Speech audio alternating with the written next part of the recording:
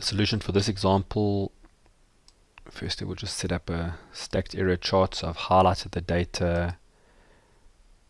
We're going to go look for the area charts.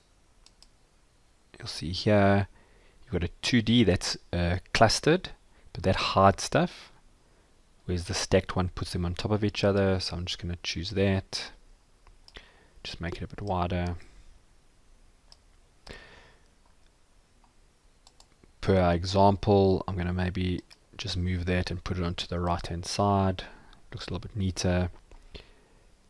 Right click on the chart, say select data, edit the horizontal to include not only the dates and the quarter, but also our description of why what happened. So we'll highlight all of those.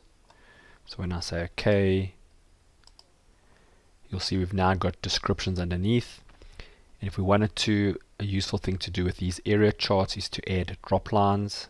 So I'm just going to click on the chart, go to design, add a chart element, and you'll see something called lines. And when I say drop lines, it puts the lines in. Let's make it a bit bigger. So you can now see what's happening, the total spend on all the buildings, which building is contributing the most, and then just an explanation of what was happening quarter by quarter.